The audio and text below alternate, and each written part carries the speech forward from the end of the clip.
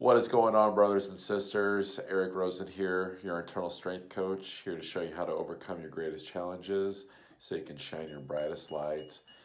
It is, let's see, it's Tuesday, October 30th, the day before Halloween, 2018. And the message that I came prepared with you today is about when you're being tested. Um, like when you're being tested to basically see if you're going to fold, if you're going to give up, or if you're going to make it to the next level, if you're going to make the leap. Um, Sounds a little bit, you know, out there perhaps, but the idea of this came to me because what I've been noticing lately is that there's times when I'm like trying to do something. I know that there's something that I'm doing. I'm trying to move towards it, and I'm feeling the resistance. It's feeling very difficult, and there's this point where I want to give up, and there's a part of me, and it's not like an overly aggressive part of me that's like, no, fuck that, we're not quitting, but it's like a no, like a firm, bold, like courageous part of me that's like, nope, keep going. And it's like every time this comes up, something just miraculous pretty much happens after that. For example, in meditations, a lot of times I'll go to sit down, maybe I'll have a certain intent for a meditation. Maybe the intent is just to, find some peace and relaxation. And I'm feeling like the brain, the thoughts like keep swirling, my breath is out of sync. I'm maybe, living a couple steps ahead in the future, just not being in the present moment. And when I do this and I say no, stay steadfast and keep going, whew, just all of a sudden it's like going down into like this tunnel of just all of a sudden one moment I was, struggling to get out of my head, and then all of a sudden I literally feel a lot of times it feels like I've ended up in a place that I've never even been before. This happened to me when I was doing Reiki, the Japanese healing technique, on someone the other day. It's something that I've learned and that I'm practicing. I'm by no means a master at it yet, but same thing. Was feeling distracted. I was feeling thoughts come up. The way that because the person was laying on the floor, I was like down on like my ankles, and just the way like my feet were kind of curled up underneath of me. There was like some discomfort there. So there was just all these things that was like trying to take me out of the moment, trying to take me out of the state, which was just trying to be, perfectly present and just let this energy of the universe basically just flow through my hands, and help heal this person, allow them to take that energy to heal themselves, is more accurate. And I said no. I said I'm not going to give in to these distractions and continue to indulge these thoughts or these discomforts, like in my body, like keep shifting my weight. I just plowed through it, and all of a sudden, I what I felt was basically me there, but it was also me. How, how do I explain it?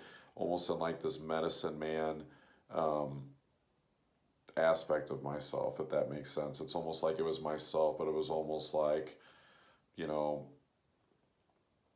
something different about me, like a regal, like power, like almost like an Indian chief, like kind of feeling, like some like ancient, medicine man aspect to it. And so again, that was just a place that I had never been before. So these are obviously like my experiences, going into like more of a spiritual place. And this is, um, that's what's I think really neat about it is that you're never really going back to the same place. In fact, I think that a fallacy, sometimes that we do in life, whether it's trying to go and find a sense of peace, or trying to find a thrill in life, try to find a certain, thing that you used to love doing. A lot of times, like, we try to go back to the proverbial well, and we try to go back to the place that we went to before they gave us something that really lit us up in some way, and then we go back there to be disappointed. And it can become very frustrating because all of a sudden you feel like, wow, maybe I, I can't feel that way anymore, and it kind of eludes you. But I think what it's actually saying is like, hey, you've already been there, you've already done that. Now it's time to move into the next area, and there's just an infinite amount of, just awesome things that you can learn about yourself. There's a lot of variety of different, feelings, even though we tend to categorize, those feelings, with words on what they actually are. But this is why I think that a lot of times when people have very profound experiences, they find it very hard to explain what happened to them with words, because the words actually don't even do it justice. So, um, I think that this can probably, I mean, I'm experiencing this in the spiritual sense, experiencing it in the real world sense, I would say, maybe more the physical reality would be pushing through a discomfort, pushing through the proverbial glass ceiling, like a barrier that you have. Um, you know, maybe it's, maybe like if you're a guy and you don't like to dance or something, but then all of a sudden you go out one night and you just find not only yourself dancing, but actually getting lost like in the music, and you're just like, whoa, where the hell did that come from? You know, or um, what's another good example? Maybe if you're, um, maybe if you're a woman and I don't know, I mean, these aren't my examples, so it's tough to say what would really be going on here, but I see a lot of stories of, women in the workplace that are really qualified and they do a great job, and yet because women tend not to necessarily be like the best negotiators in terms of compensation, in terms of their pay, because it's not necessarily in their nature to be bold and be like, hey, motherfucker, I know what I'm worth. So, it could be the woman approaching her boss, very firmly and saying, hey, look, here's the deal. I do this, this, and this. I think I'm a very valuable asset to the company. I want to raise. I mean, who knows what that can open up. That woman taking things to the next level. Stepping up like that. Maybe she's not only finding her voice, but she is finding, a sense of, hopefully divine feminine power. Which is something that um, I think that everyone, men and women, are trying to discover, because it's been, in my opinion, suppressed for so long, because masculinity is, ruled with authority for so long. That's a story for a different day, though. Um, so yeah, my the thing too is like, it's like when you know we tend to take the path of least resistance, and so like in my examples, the path of least resistance, would have been, fuck this, this meditation's not working, I'll try again later. I could have been frustrated. I probably would have carried that frustrated energy with me, for part of the day, maybe not even fully process those frustrations and let them go, and then it would have just continued to run subconsciously through the rest of my day. But instead, I overcame it, and then it was awesome, right?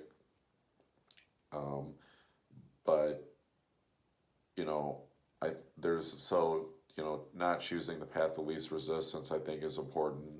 When you're faced with something, especially when it appears to be this obstacle that's on your way to whatever it is you're striving for. In my case, it was just simply to have a peaceful meditation. But then it's important to also know too, when you're actually, if you're if you're meeting like resistance that really makes you feel like, man, this is really just, it feels like every time like you try something, you can't, like every move is like the wrong move and just nothing feels right, you know, then you might just not be on the right trajectory. Okay, because again, in terms of just infinite possibilities, it's not like there's just, the easy path, the path of least resistance, and then the path with, the resistance and the obstacle in it that you just got to hurdle over to hurtle towards your goal. There's also these other crazy paths that you can take that you're not even meant to take. So um, that's not really the subject that we're going to get into today about necessarily what that looks like, but you know, just know that there are times when you are going to have to push through these, these glass ceilings, these just, psychological blocks when, you know, things are tough and you're starting to want to give up and like, I can't do this. It's like, nope, I can do this. And this is the stuff that shows up all the time and, awesome success stories about real world people. It's a lot of times it's makes for the best plot lines in movies, and it's because it really does, force this just awesome, increase in strength and just your growth when you can overcome them. So, anyways, that's what I have for you guys today. So, um, yeah, so I've got the little announcement here. I've got my Facebook business page, Eric Rosen Coaches, fully up now. I've got all the updated videos on there. So I've sent out, invitations to people, but that's gonna kind of be the other hub for now besides YouTube, right? And then there'll be other social media platforms that follow with that. But that's the place now. Eric Rosen Coaches on the on the Facebook that you guys can find all my videos at, and also you can find information about how to contact me if you're interested in scheduling a free consultation for personal training or a free introductory discovery session to find out about the coaching that I offer and find out if it's right for you. So, thanks for stopping by, guys. Have a good one.